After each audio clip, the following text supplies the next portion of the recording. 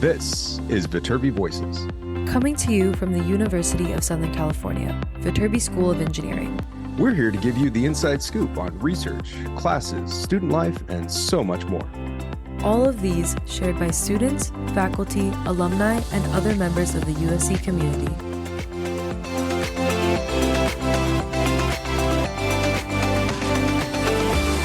Hi, everyone, and welcome back to another episode of Viterbi Voices. As usual, I'm one of your hosts. My name is Paul Ledesma, Executive Director of Undergraduate Admission here at the USC Viterbi School of Engineering. Hey everyone, my name is Safi Patel. I'm your other co-host, and I'm a senior studying computer science and doing my master's in engineering management. And Safi and I are not alone, right? Coming here from the corner, far reaches of I don't know, your apartment, I guess. Mitch, you want to introduce yourself? Hi, everybody. I'm Mitch Kirby. I'm a junior studying civil engineering, my undergrad, and I'm doing my master's degree in mechanical engineering. Thanks for having me. Very cool. All right, guys. What's happening? What are we doing? What are we talking about today? What's in store? I have no idea what we're doing. I'm completely in the dark. Well, to catch you up to speed, we're sitting down with another civil engineer, Kyle Revale, who's a senior, talking to him about his experiences and some of the stuff that me and him are involved with at USC and what he's done and his advice. So this is an all civil engineering all the time podcast episode then. Oh yeah. Okay, so we're talking masonry, we're talking steel, we're talking timber, we're talking concrete. Geotechnical engineering. Yeah, Sounds like concrete. Catan to me. Sounds like what? Just sounds like Catan, like Settlers of Catan. I've never played that game. Is that a thing you guys? I know engineers played a lot. It's an engineering thing. Oh, I didn't know that was a stereotype. Yes, I do play it a lot. It's my stereotype. I don't know. Mitch, what do you think? I played it once a bunch of years ago. I have no idea. So walk me through what I've heard. It's a cool game, and I think that I would probably like it, but I don't know anything about it.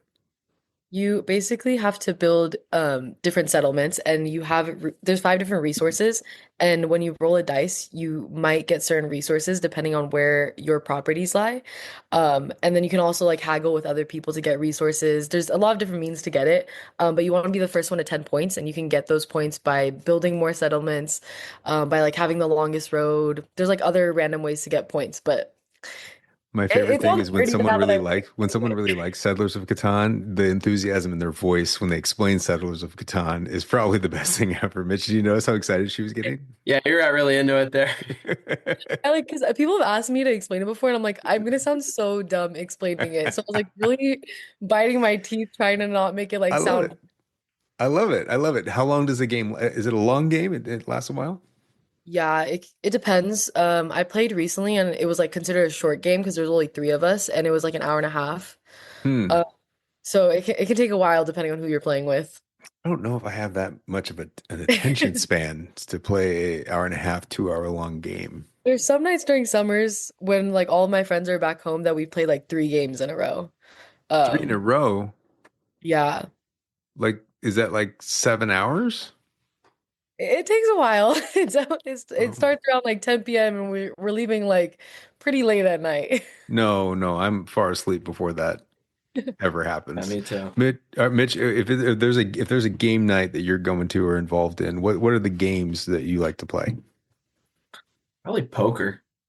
Okay, well, going hardcore. Yeah. It's got to be for money or it's not fun. Oh, got it. Okay, so it's got to be for money. Safi, did I talk about my poker night recently? I think we talked about it a while ago. We were talking about there was a little segment where we were just talking about all different board games that we play. Because we were talking about like Rummy Cub and what else? Rummy. I call it Rummy Cube. My Yeah, I forgot you called it Rummy Cub. I don't know what's right, to be honest with you. I don't know. You could be right. You could be right. I've heard of neither, so I have no idea. Rummy Cube or Rummy Cub, we need people from the company to call us to let us know what it is. It's a great game. It's a great game. This episode. Yeah, it's like you get these little tiles and you're essentially playing like a rummy game where you're setting up like runs and straights and stuff like that and set it up. But Mitch had a poker night with a bunch of dads in the neighborhood. About like, I don't know, I think we had like 45 dads in. Oh, wow. And it was a long, big night. It was an interesting interesting evening. I didn't win, but I made it to the final table. I was very proud of myself because I don't consider myself a poker player at all. So the fact that I made it like 3 tables in to the final round, I think I was sixth or seventh out of everybody. So I think that's a win, even though I walked away with no money. Gathering 45 Congratulations. dad to Yeah. do that is crazy to me. At what? What? Sorry. Gathering 45 dads on a random night to play poker in the same room is like unfathomable to me. Yeah, now that was the second annual. So this seems like it's going to be Wow. an annual event. And it seems like it's landing on the weekend before the Super Bowl. So it's kind of like, Oh wow. so it's like you get through the football season and there's that one weekend with nothing. So then that's poker night. And then we go to Super Bowl after that. That's So- an organizational achievement, though. Is Yeah, there a name? it would seem so. I'm not at all responsible. I mean, I bought ice. That's my contribution. But it was. I think where it came from. It makes sense when you actually know the history of it.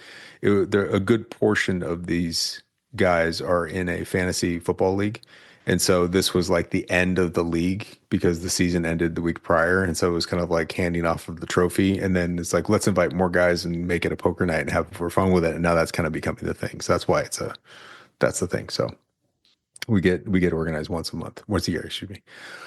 All right, that had nothing to do with anything we're talking about. We went from civil engineering all the time to building materials to Settlers of Catan to Rummy Cube and poker, and now we're back. Mitch, we're going to head it right back over to you and get out of the way with this nonsense and start talking about civil engineering all the time, all structures all the time.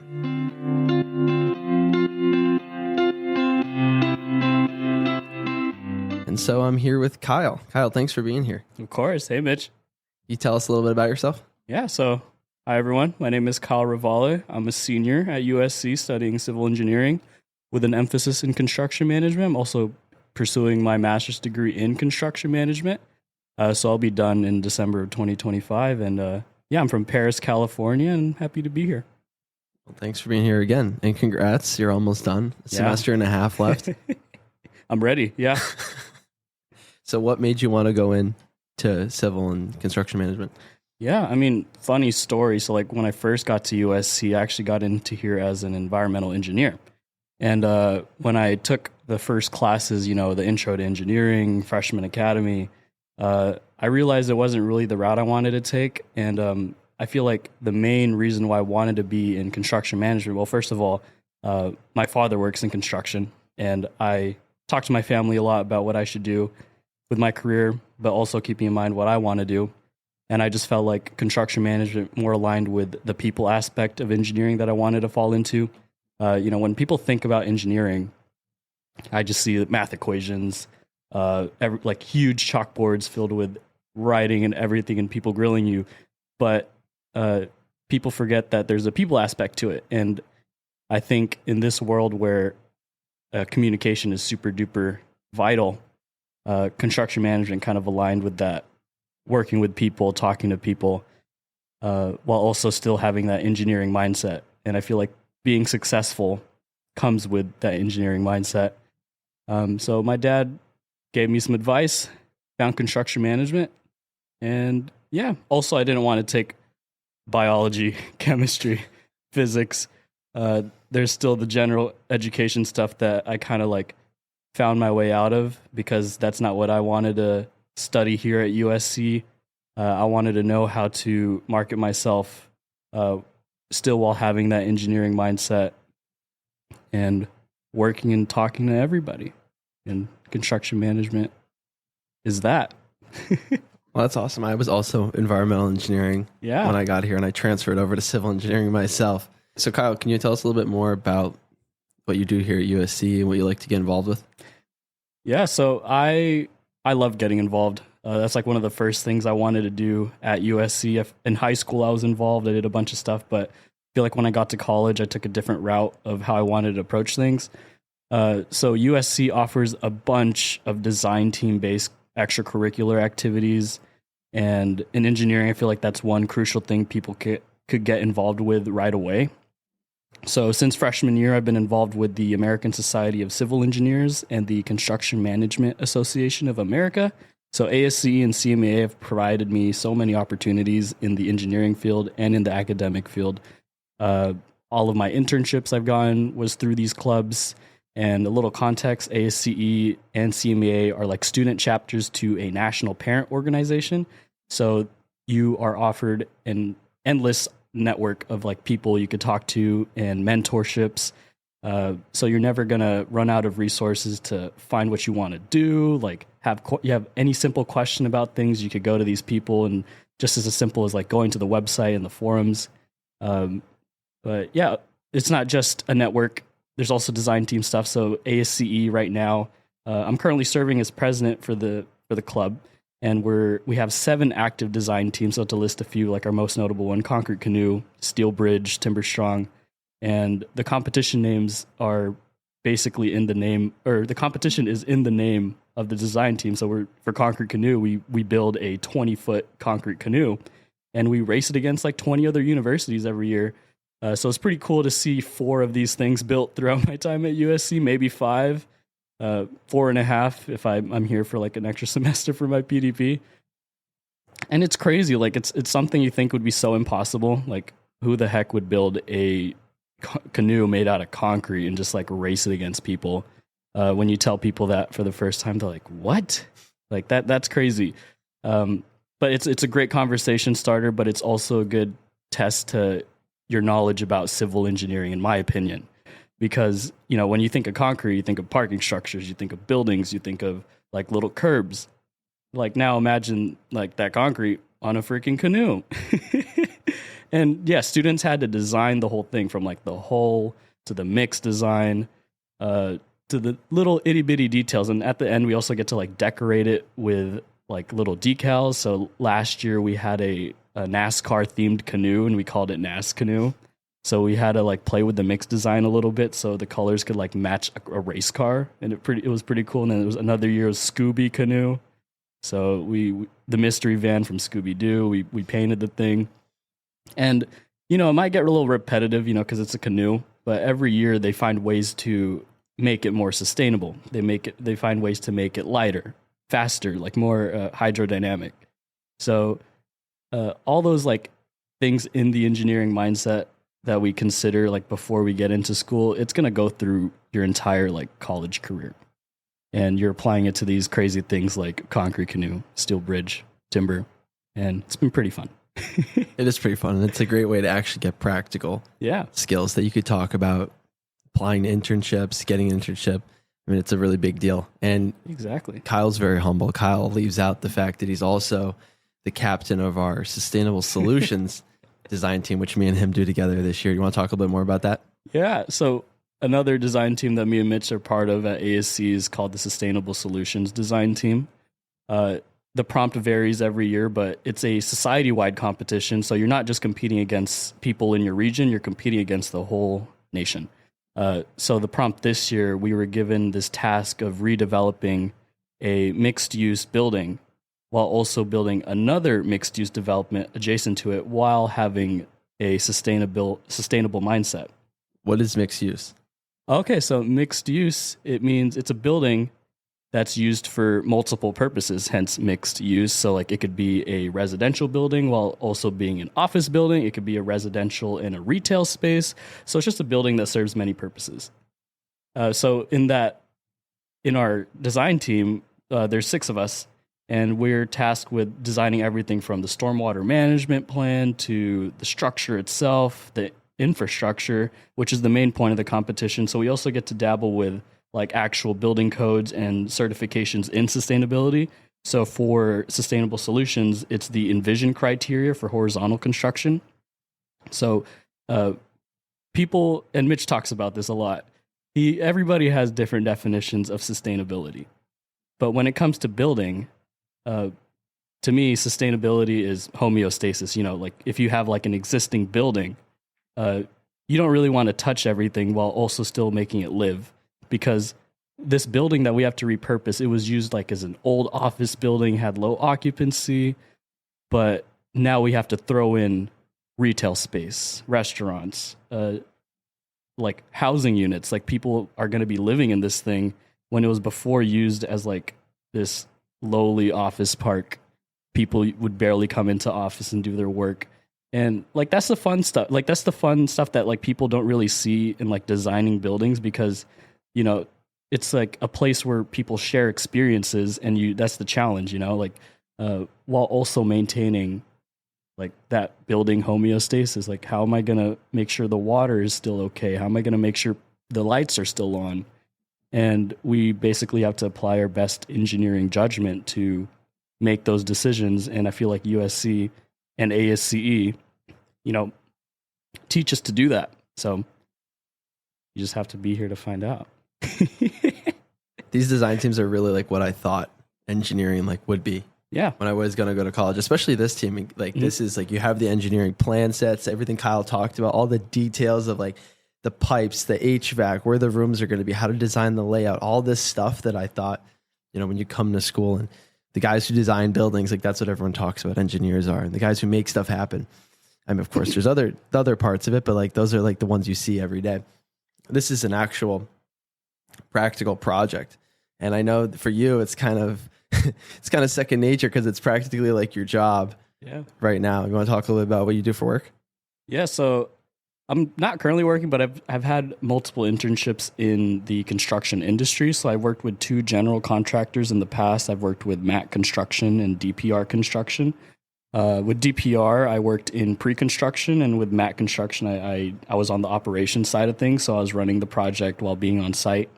And like pre-construction just means everything that happens before construction. So the bidding process, coordinating with clients, coordinating with subcontractors, and the whole like contract writing itself. So it's a big money's game. It's a big people's game.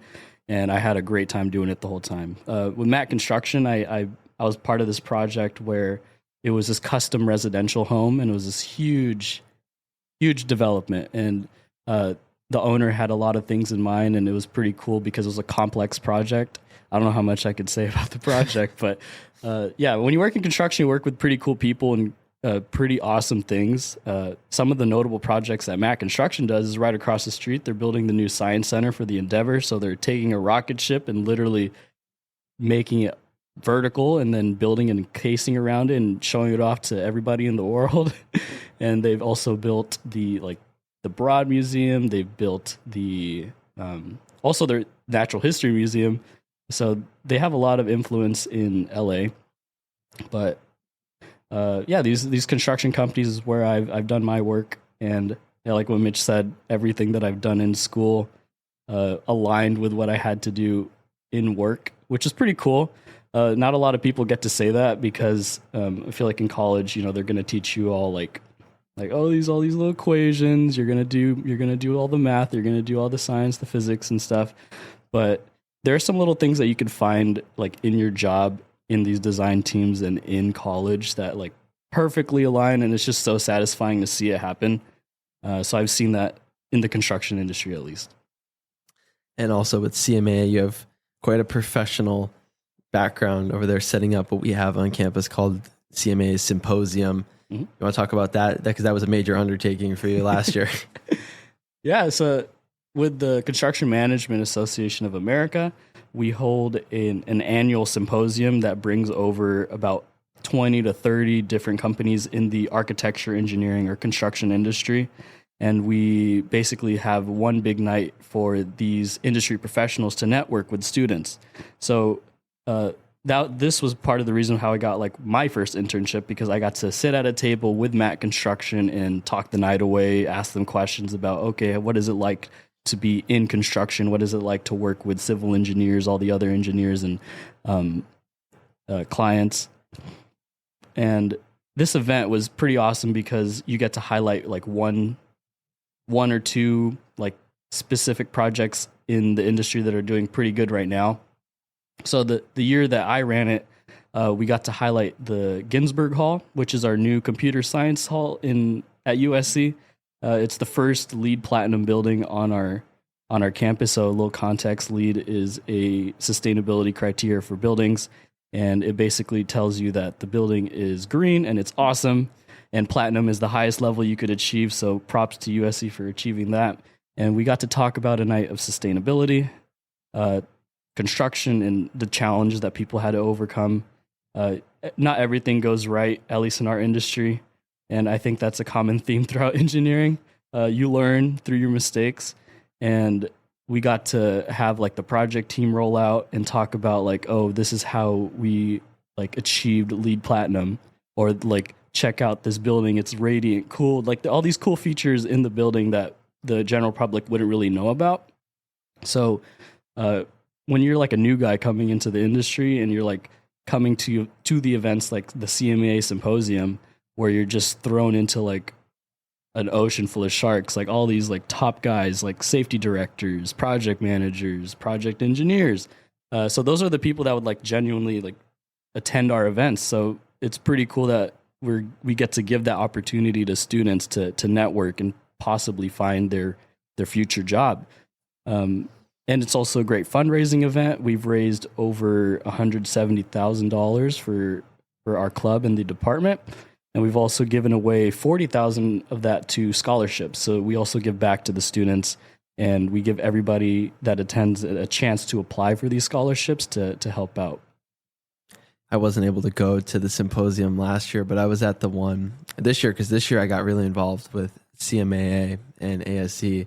Me and Kyle have gotten very close this year. So we hang out probably every day for one of these clubs. And he's I mean, even though he gave you the stats of it, he's kind of downplaying it. It's a real bang up event. I mean, it's in USC's Town and Gown ballroom, and it's really a coordination effort bringing all these people on campus. Some people fly down for it, especially for these big projects. So Kyle undertakes a lot. And in addition to all this, you know, even though he wants to get away from the equations and stuff, he did do research, right, Kyle?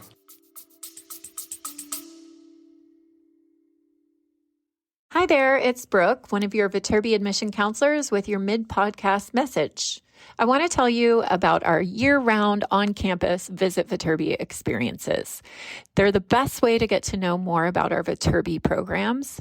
It's a 90-minute session focused on first-year applicants, and it includes an overview of our academic programs and admission process. It's led by one of our very own USC Viterbi admission counselors.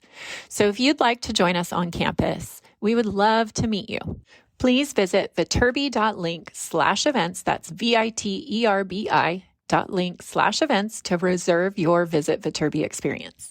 Now back to the podcast. Yeah, I did do research. So my freshman year, we have to take this class called the Engineering Freshman Academy. And there was a day where our professor was like, oh, hey guys, if you guys ever wanted to do research at USC, let me know. So I basically went up to them and was like, hey, I want to do research.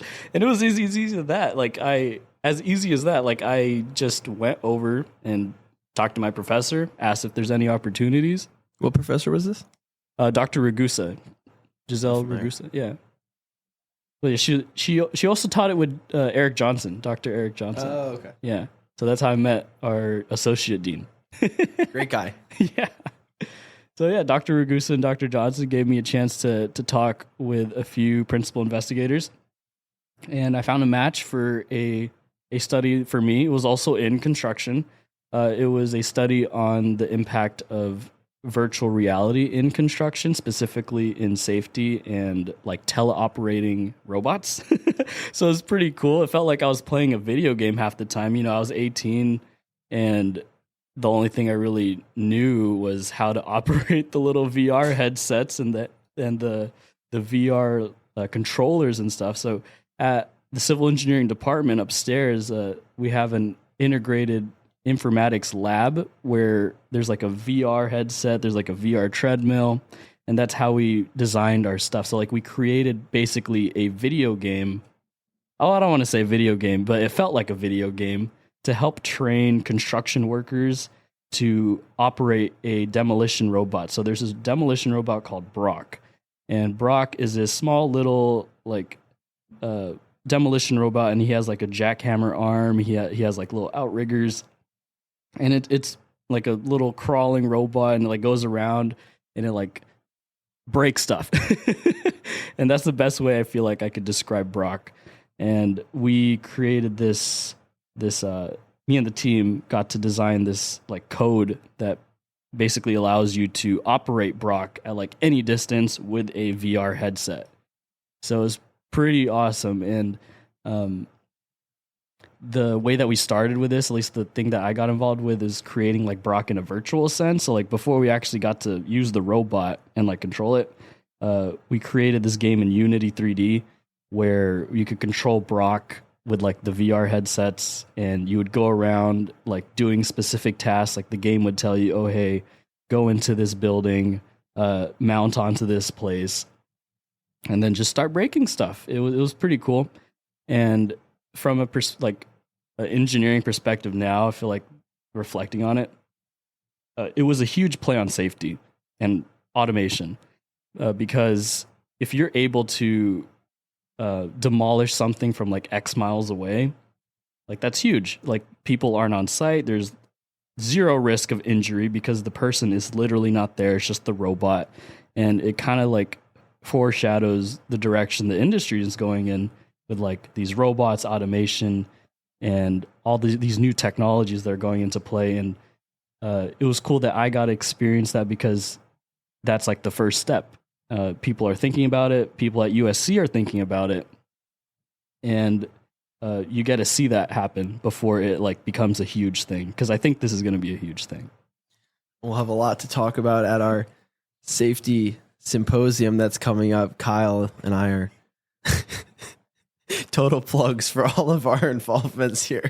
Kyle and I are planning a symposium actually in March. If you want to talk about that, Kyle, he's kind of taking the lead on that.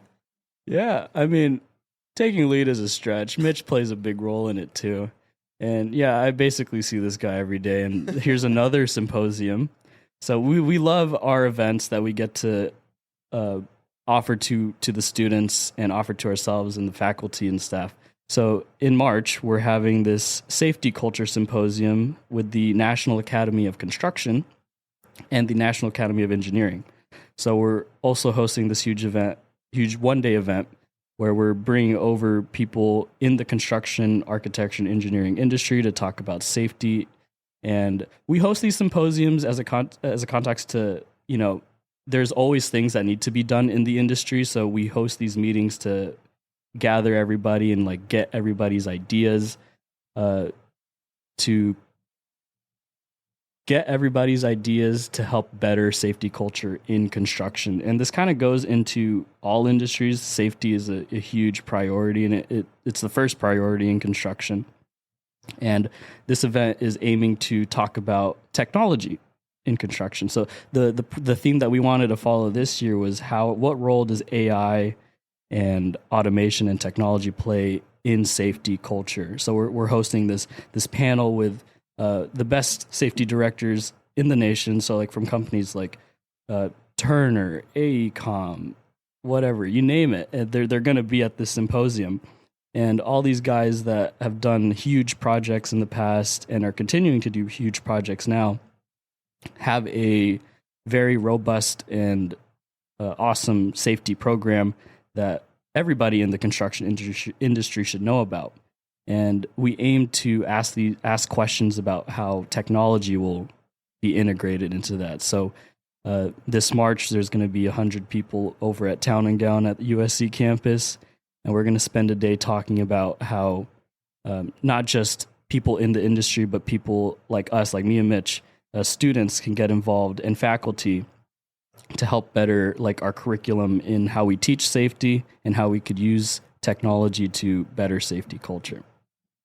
It's really full circle, right? Because wasn't your research with Soibelman freshman year? Mm-hmm. And that's Professor Soibelman is one of the people that are helping us put on this symposium. So it's really, it's really full circle. It is full circle. Like we can't get away from safety as well.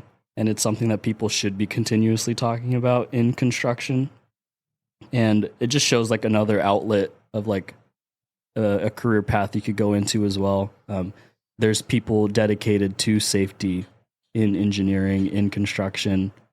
And, if you like care and want to go into that field, there's like a whole like outlet to it. There's like project supervision, safety program development, you name it. Like it's pretty awesome. And another full circle moment was just about under a month ago, a couple of weeks ago, when we were down in North Carolina. First time I met our associate dean. Yeah, so in North Carolina, we had the opportunity to go to another conference. It was a national meeting with the Grand Challenges Scholars Program with the National Academy of Engineering, where our Dean of Engineering, Dr. Yanis Yortsos, is one of the founders of. So at this meeting, we got to meet other students around the world. Actually, it was international. Yeah, we had people fly out from like Rome, China, Brazil, to come and talk about like what we've done with the Grand Challenges Scholars Program. So little context, GCSP is Viterbi, Viterbi is GCSP. And it's a program dedicated to helping students solve the 14 grand challenges of engineering. So a long time ago, they made a list of challenges, the greatest engineering challenges in the 21st century. And we were like, hey, who's going to solve this? Like, this is real stuff, and we need to get on it. So one of our dean, along with four other co-founders, created the Grand Challenger Scholars Program to help like mold a student into like this new engineering mindset with GCSP to help solve these grand challenges. And it was part of like our application process. When we got into Viterbi, we had to write about like one of these grand challenges.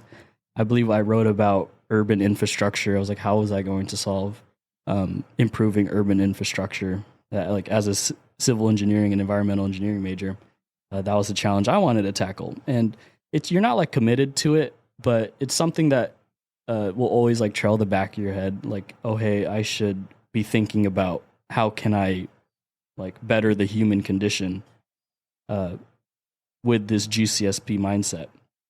So that we basically at North Carolina got to meet other people that are trying to like solve these grand challenges like from another perspective. And it was a great experience. We also got to talk about AI and ethics in engineering. That was like our main panel discussion, but we also had like breakout discussions to talk about natural disasters. We had to talk about like how can we better better prevention programs, better like receptive programs, because recently California was affected by the wildfires in like Pasadena and Altadena, and it was a huge call to action. And that might be a new grand challenge for us. So stuff like that is what we're trying to talk about at GCSP, try to accomplish. And I say try to, but we are actively doing it. And what you said, Kyle, GCSP is Viterbi. It's really integrated within everything we do. Like you said, I remember writing, I think I wrote about the same thing, either urban infrastructure or tying that somehow into climate change resiliency on my application. But everything we do kind of weaves into it. And I mean, you could look at all the other clubs we do, and there's some component of that program, that national program within it. That was the annual meeting that we went to in North Carolina. I think that's one of the best things about school and being in university is you get to meet other people like this constantly. I get to hang out with Kyle every day, and we get to do projects and actually like make stuff happen in terms of these goals and these programs that we're part of. And I really think it's the best part about being here is that ability to come together, even with kids at other schools. But then there's also like an organization that we have of GCSP. So each school that attended has their chapter. And here at USC, we have our chapter, one of the founding chapters, as Kyle mentioned. And Kyle is our VP of sustainability. So he leads our sustainability team and our committee and helps us put on events. If you want to do a quick recap on some of the stuff we've done there. Yeah. And VP is just a title. Mitch is also basically VP of sustainability. So there's four of us in this committee, and we do awesome stuff. Our theme is sustainability, but there's three other themes that GCSP runs. So there's security, joy of living, and health. And the whole GCSP mindset is going to fall into one out of those four buckets. So Mitch and I fell into the sustainability bucket. because we're really interested in sustainability. And we created events that basically broke students into the world of sustainability. So something that I always quote Mitch on is that sustainability is different for everybody. And we basically created like these series of speakers and like speaker events where people in the industry that work in sustainability or have like this sustainability mindset will come to campus and have a talk. This past month, Mitch held a panel discussion about sustainable finance. Our first speaker series included sustainable building practices. So we brought people from the U.S. Green Building Council, AECOM, and Edison to talk about how they are being sustainable within their own companies and highlight some projects where there were sustainable building practices. Like, for example, one of the AECOM guys worked on the Intuit Dome, and he got to talk about all the sustainable building practices that, you know, went into building a whole sports arena. Like, fun fact, like, they don't have printers, so they don't produce any paper. And that's one little aspect. And when I talked about LEED, about Ginsberg Hall, Intuit Dome is LEED Platinum certified, which is a huge certification for like a sports arena, because that's not something you would really imagine, you know, like it's a sports arena. Like, how can it be sustainable? So there's these things that people are like talking about in the industry that are people like oversee a lot. And Mitch and I are bringing that to our students and showing them what sustainability is. And these events are geared to like help students create that sustainable mindset that would hopefully fall into one out of those 4 buckets for GCSP. So Kyle, there are all these, and there's also many more things you've been involved in at campus. To someone listening who maybe is applying to college right now, a junior applying to college next year, already here at USC as a freshman looking to get involved, what's your advice? Because you could sign up for stuff, you can,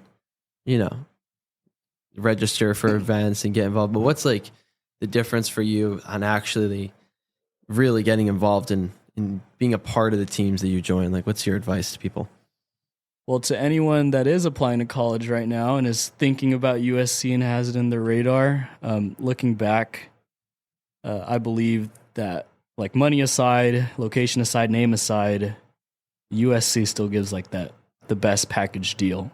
And that could mean plenty of things to everybody, but for me, that meant the people, these little design teams, these symposiums, people like Mitch, and you're not going to get that anywhere else. And I've gotten into other colleges throughout, like when I was applying in high school. Like I got into Berkeley, I got into UCLA, and like all the name schools, and I'm pretty sure there's someone, if you're listening to this podcast and you're asking this question to yourself, I'm sure you got into those schools too. So it's now like that deal of what you should do like while you're at school, right? And I think the best piece of advice I would give to people is just be omnipresent, like always be there. And that's something that I did when I got into school. Like I think I was the only person in my high school to go to USC, like from my grade. And like from a small town, it meant a lot. Like, again, I'm from Paris, California. Like I was the third graduating class of my high school. And we're still like starting out, and a lot of new territories, like a lot of new places to explore. And USC is just far enough for me to be away from family and, be my own person. And yeah, I think the best thing that I did was just doing everything. Like, I know me and Mitch talked about like all these things that we're doing, and it like sounds like a lot, but looking back, it wasn't enough. There's more you can do, and there's more stuff I want to do, but like you could do what you can. And I took any opportunity that I had to just be there, not like really lead things. So like, yeah, I was involved with all these like extracurricular clubs and all that, like, but there's other things on campus you could do to be there. like ASCE holds like community service events. We hold socials. CMA also holds socials. We do like lunch and learns. GCSP, we do like fire relief programs. We do community service. We do a bunch of things.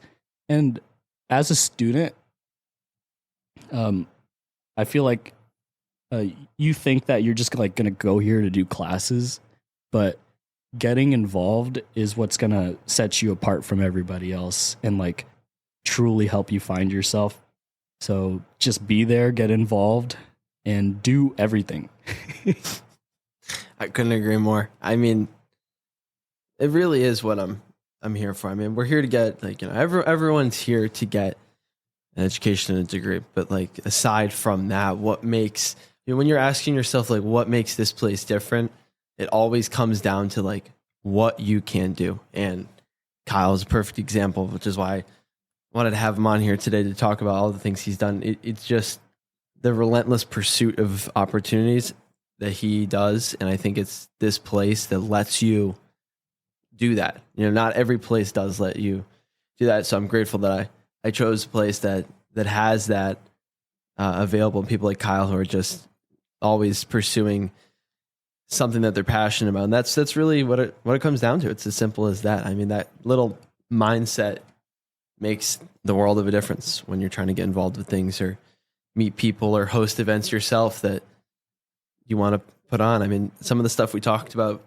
is just ideas. We were sitting here at a table like this and we're like, let's just do it. Yeah. Like that's one little thing. Like we it started with a conversation. We just, me or Mitch had like an idea, talk about the idea. And then next thing you know, a couple weeks later, like, oh, hey, we're hosting a panel with like the top directors of AECOM, the U.S. Green Building Council here, the ASC president's coming to campus. It's just like, there's people that will help push you.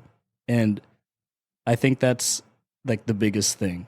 When you have like all these ambitions and you want to actually like have stuff done, better yourself and develop yourself, I think like you could study everything and be the best at what you do, but when you have a team behind you and when you have people that are going to tell you and hold you accountable for everything that you're doing, you're going to be 100 times more successful.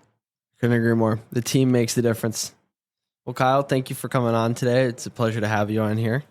I know I'll see you tomorrow. Yeah. Thanks, Mitch. All right, take care.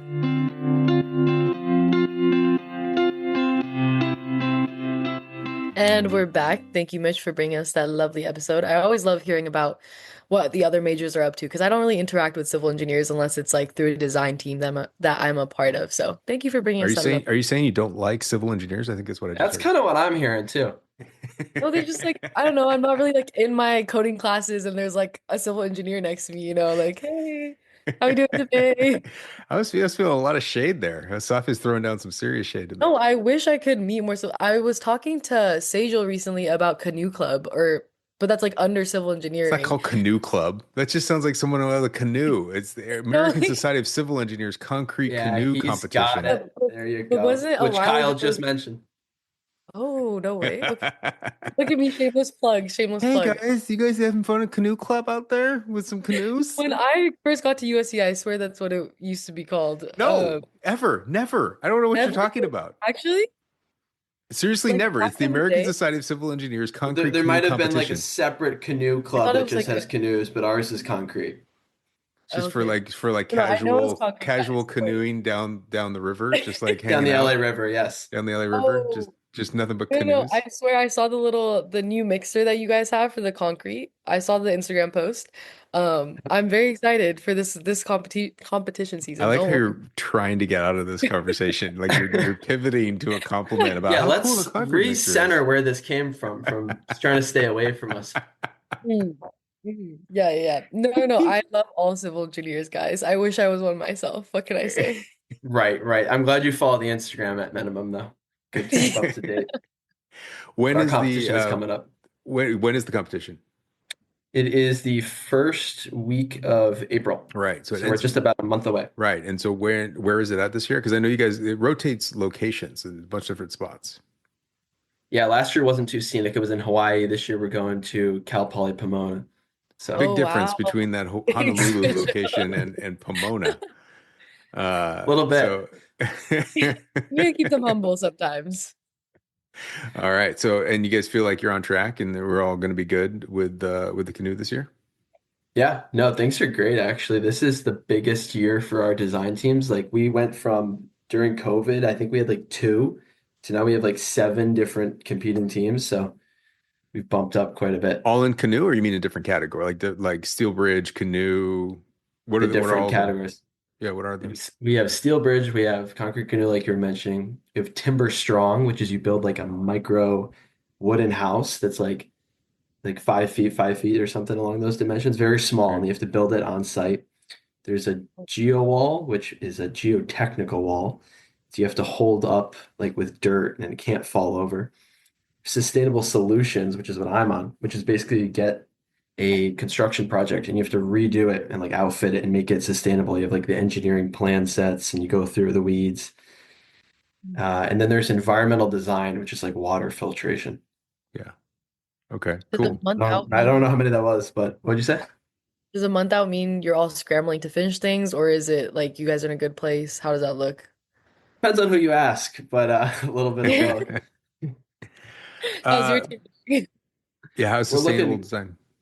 we're looking good. This is our first year back. Like this team hasn't been here since 5 years ago, so it's kind of all new to us. No one's ever done it before, so Back in the day, I don't know if they still do this, and I don't know if it's an official competition or whether it was just kind of like a game as part of the competition. But I believe, don't quote me if I don't know if I'm right about this. There used to be concrete bowling ball and concrete frisbee.